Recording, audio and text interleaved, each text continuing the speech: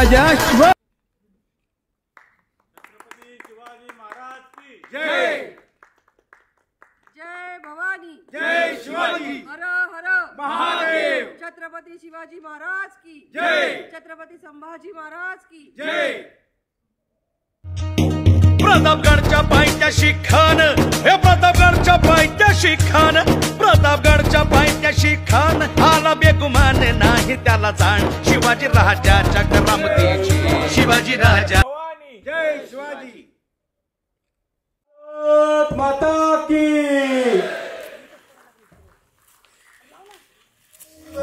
शाश्वत समूर्तवामय हो, श्री शिव छत्रपती जय हो, श्री शिव छत्रपती जय। श्री संतोष महाराज काळोखे प्रसिद्ध कीर्तनकार, प्रदीप कदम सर, त्याचबरोबर नरेश गुप्ताजी जे संघचालक आहेत देहूगड, त्याचप्रमाणे अनिलजी जे प्रमुख विश्वस्त आहेत जेजुरीचे, आणि आजच्या या पुस्तकाचे लेखक हबप आमचे सगळ्यांचे मार्गदर्शक श्री शिरीष महाराज मोरे, व इथे उपस्थित माझ्या हिंदू बांधवांनो आणि भगिनींनो, आपल्या सगळ्यांचं या कार्यक्रमामध्ये सहर्ष स्वागत आहे। या कार्यक्रमाचा उद्देश शिरीष महाराज मोरेंनी जे पुस्तक लिहिलेलं आहे शिवराय समजून घेताना, त्या पुस्तक प्रकाशनासाठी आपण इकडे सगळे एकत्र आलेलो। अनेक सेक्युलर लोक ज्यांनी छत्रपतींनाही सेक्युलर बनवण्याचा प्रयत्न केला, त्यांना या पुस्तकाच्या माध्यमातून एक जोरदार चपराक शिरीष महाराज मोरेंनी दिलेली आहे।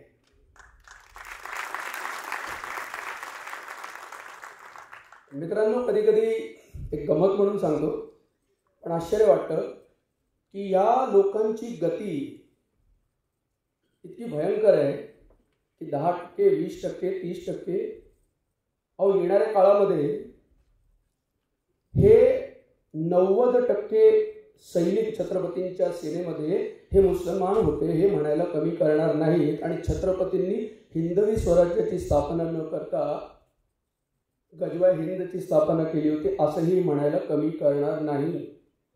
पण घाबरू नका, चिंता करू नका, हे पुस्तक त्याचसाठीच महाराजांनी लिहिलेलं आहे, आणि या पुस्तकाचं प्रत्येकाने, इथे आलेल्या प्रत्येकाने किमान 3 कॉपी तरी आपण इथून घेऊन जाव्यात अशी आमची इच्छा आहे। तर का, एक स्वतःसाठी, एक आपल्या डाव्या बाजूला बसणाऱ्या, डाव्या बाजूला राहणाऱ्या शेजाऱ्यासाठी, आणि उजव्या बाजूला राहणाऱ्या शेजाऱ्यासाठी।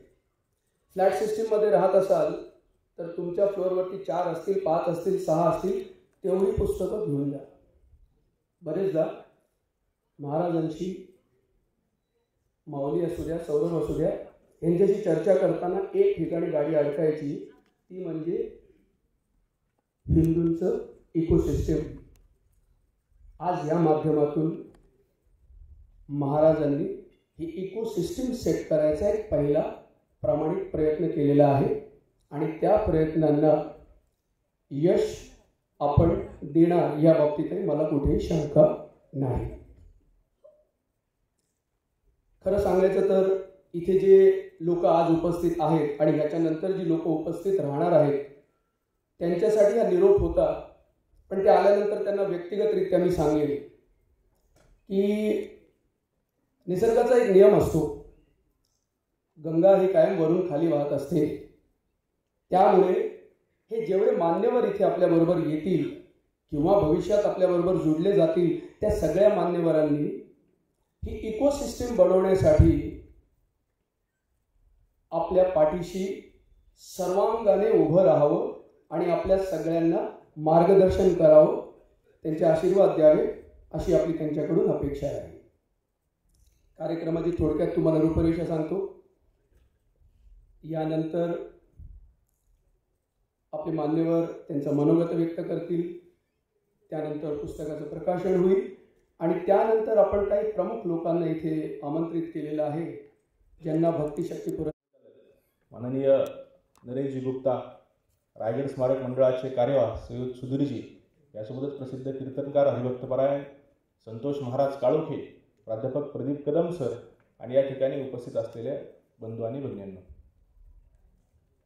छत्रपती शिवरायांच्या चरित्राचा विचार करताना काय बोलणार आहे आपल्या सगळ्यांना माहिती. गेली 25 वर्ष शिवचरित्रामध्ये खूप सारे विमर्श असे प्रस्थापित केले की बाबा शिवाजी महाराज सेक्युलर होते, शिवाजी महाराजांच्या सैन्यात फलाना टक्केवारी होती. म्हणजे आमच्या शाळेतल्या विद्यार्थ्याकडून किंवा आपल्या घरातल्या पालकाच्या पाल्याकडून ज्या टक्क्यांच्या अपेक्षा असतात की 90% आमचं लेकरू पास झालं पाहिजे, तसं शिवचरित्रामध्ये मुसलमानांचे टक्के 90% कधी पोहोचले हे हिंदूंना सुद्धा कळालं नाही.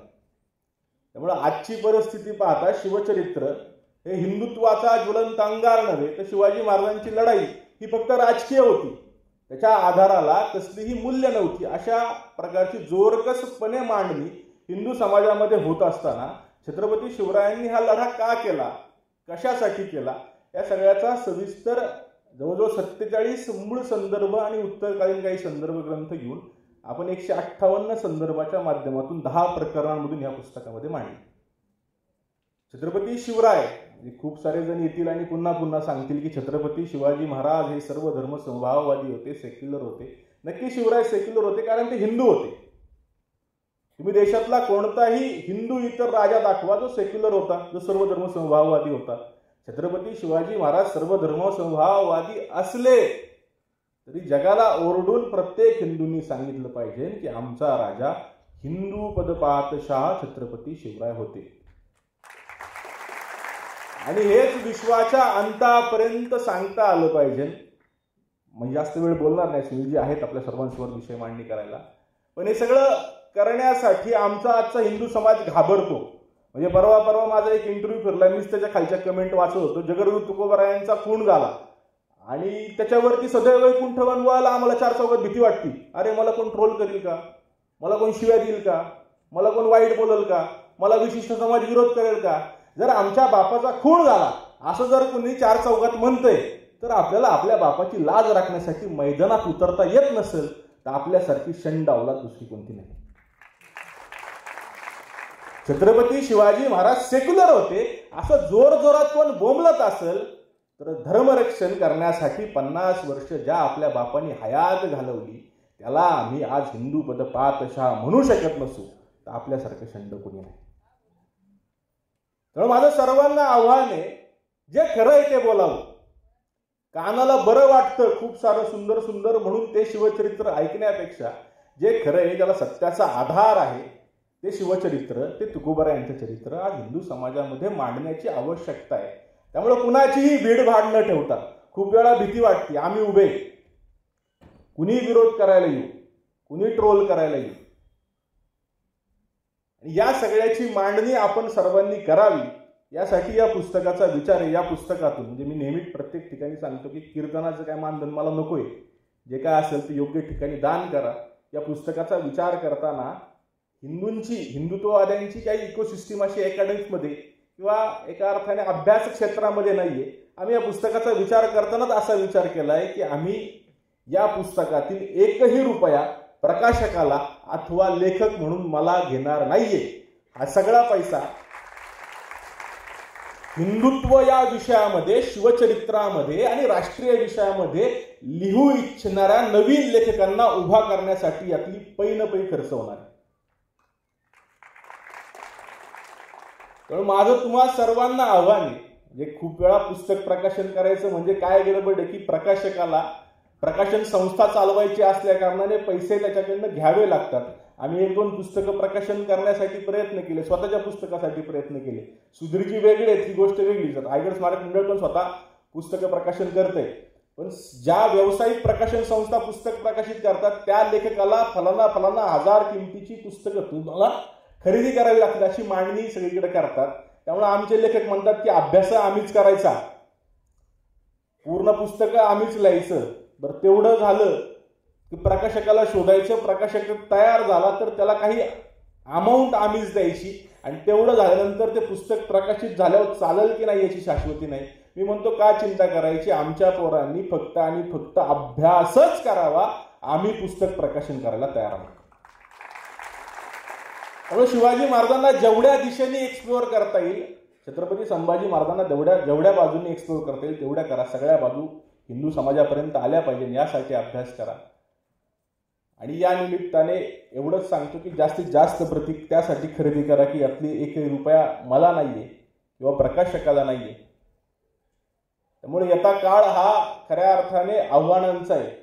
आपल्या सर्वांसमोर छत्रपती शिवरायांच्या चरित्रामध्ये आणि जगद्गुरू तुकोबारायांच्या चरित्रामध्ये, धर्मवीर छत्रपती संभाजी महाराजांच्या चरित्रामध्ये खूप सारी आव्हानं येऊन उभी आहे. त्यामुळे खूप साऱ्या गोष्टींचा परामर्श घेणार नाही, पण आत्ता जे चालू येते तुकोबारायांचा खून का वैकुंठ गमन किंवा छत्रपती शिवरायांचं सेक्युलरायझेशन किंवा अगदी मागच्या वर्षी विधानसभेमध्ये जे घडलं अधिवेशनामध्ये संभाजी महाराजांचा धर्माचा काही संबंध नाही अशा प्रकारची मांडणी ही हिंदुत्वाला भविष्यकालीन विषयांसाठी धोक्याची असल्यामुळं आजच आपण सत्य इतिहास घराघरात पोचवला पाहिजे.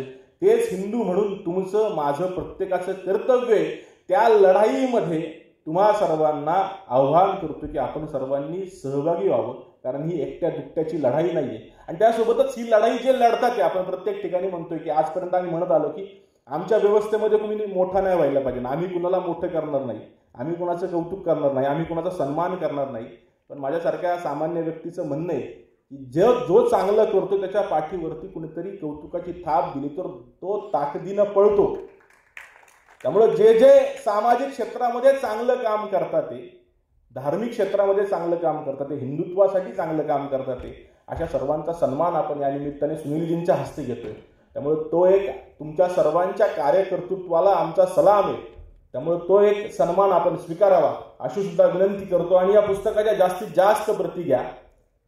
त्या प्रतींमधून तुमच्या माझ्यामधला एखादा लेखक नव्यानं उभारी घेईल आणि हिंदुत्व रक्षणासाठी सज्ज होईल हीच ग्वाही देतो आणि थांबतो. रामकृष्ण हरी.